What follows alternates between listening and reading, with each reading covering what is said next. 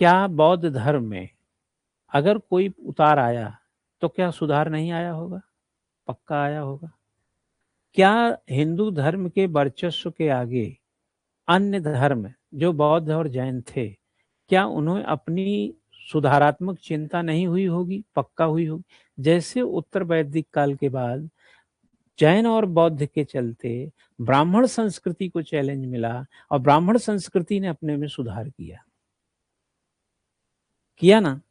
और वो सुधार रफ्ता रफ्ता, अगर आप 200 बीसी तक आ जाएं, 187 बीसी के बाद तो सुंग आ ही गया था, पुष्यमित्र सुंग, ब्राह्मण संस्कृति। तो वहां के बीच के गैप को देखेंगे तो जो गलती ऋग वैदिक उत्तर वैदिक काल के ब्राह्मणों ने किया वो क्यों करेगा? और जो बौद्ध धर्म 6ठी बीसी का है और अशोक महान तो उसके 300 साल बाद आता है,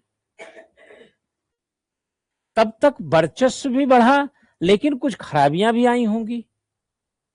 तो खराबियों का चैलेंज क्या है? हम फिर से ब्राह्मण संस्कृति लाए। लेकिन जैसे ही गुप्ताज पीरियड की तरफ हम बढ़ते हैं, यानी कर्ण में चले जाते हैं, शुंग के बाद सातवाहन में चले जाते हैं, कुषाण में चले जाते हैं, अरे वक्त तो बीत रहा है ना भाई। और श्रीगुप्त आता है, गुप्त वंश की स्थापना करता है। चंद्रगुप्त प्रथम आता है, समुद्रगुप्त जो स्वर्णिम काल के लिए ही समझ लीजिए जाना जाता है, वो बहुत बड़ा धाकड़ व्यवस्था था। तब तक बौद्ध और जैन धर्म, खासतौर से बौद्ध की बात करें, वो ज्यादा एक्सपेक्ट किया था, तो उसमें सुधार कम ज्यादा हो गए होंगे ना। अब हमें एक्सेप्टेबल है।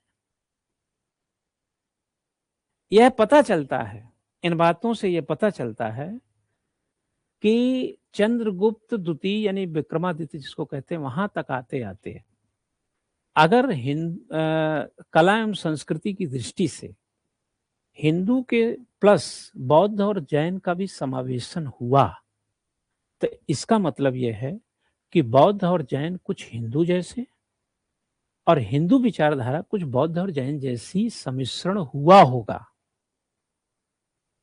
कट्टरता तो कतई नहीं रहा होगा। जो फलक 6ठी बीसी में दिखता है, वो आते आते इस ईस्वी में 300 ईस्वी आते आते ये नहीं दिखता है हमको। फिर साथ चल पड़ेंगे। यही होती है वैचारिकी का कम होना, वैचारिकी का ज्यादा होना और वैचारिकी का साथ होना। और आज हालात ये हैं बेटा कि बौद्ध हो, जैन हो और हिंदू हो, तीनों में अपने ढंग का समावेशन है, ना कि संघर्ष है। अब क्यों? पूछिए क्यों?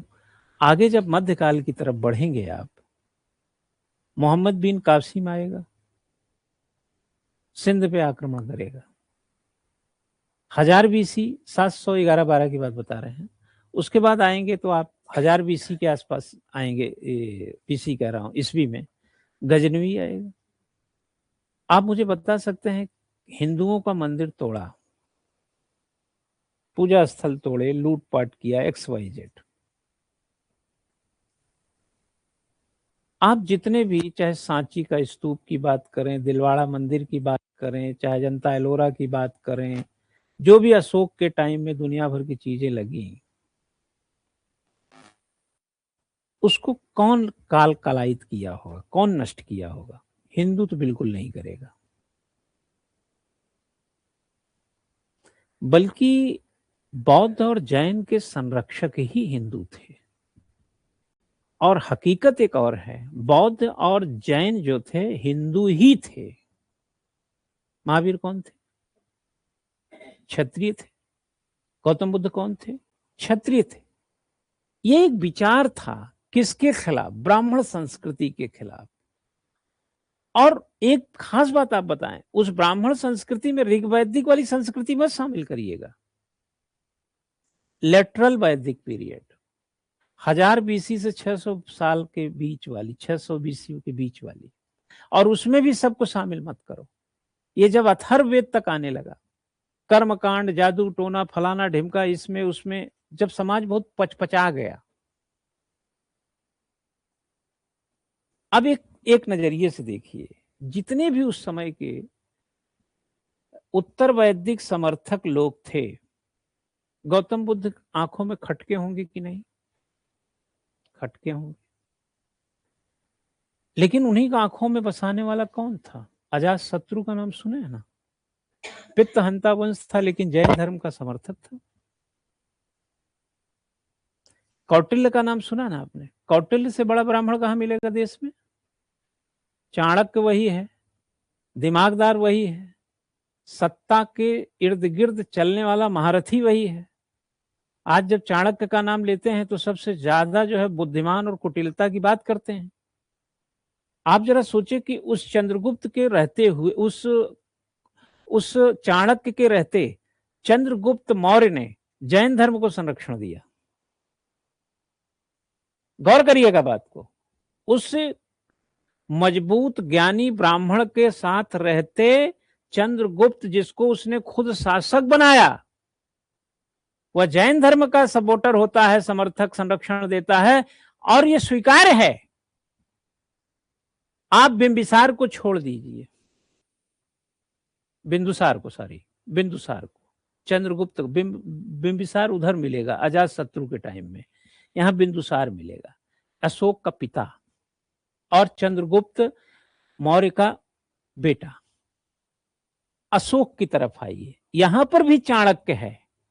एक तरफ चाणक्य, चंद्रगुप्त मौर्य जब जैन धर्म को संरक्षण देते हैं तब भी, और इधर अशोक बौद्ध धर्म का समर्थक यानी संरक्षण देते हैं तब भी। यानी चाणक्य को न जैन से दिक्कत थी न बौद्ध से दिक्कत थी, जबकि वो चाणक्य था, कुटिल ब्राह्मण था, मजबूत शक्तिशाली दिमाग का व्यक्ति था, और उसको पता था कि ये दोनों धर्म 600 BC तक उत्तर वैदिक काल में ब्राह्मण संस्कृति के विरोध में उपजे हैं। विरोध किया उन्होंने, संस्कृत का विरोध किया, पाली भाषा अपनाया। जो उन्होंने ब्राह्मण, क्षत्रिय, वैश्य, शूद्र के साथ जो था वो सारे बौद्ध धर्म में आए, उनको भी पता है, फिर भी संरक्षण में साथ। इससे पता चलता है कि धर्म की जो शुचिता थी, जो स्वीकारिता थी, जो सरोकार था, बौद्ध और जैन में न वो पेंच था, न वो कुटिलता थी, न हिंदू धर्म को नष्ट करने वाली कोई व्यवस्था थी। और यह इस बात का भी परिचायक है कि दोनों क्षत्रिय ही थे। 24वें तीर्थंकर महावीर और गौतम बुद्ध भी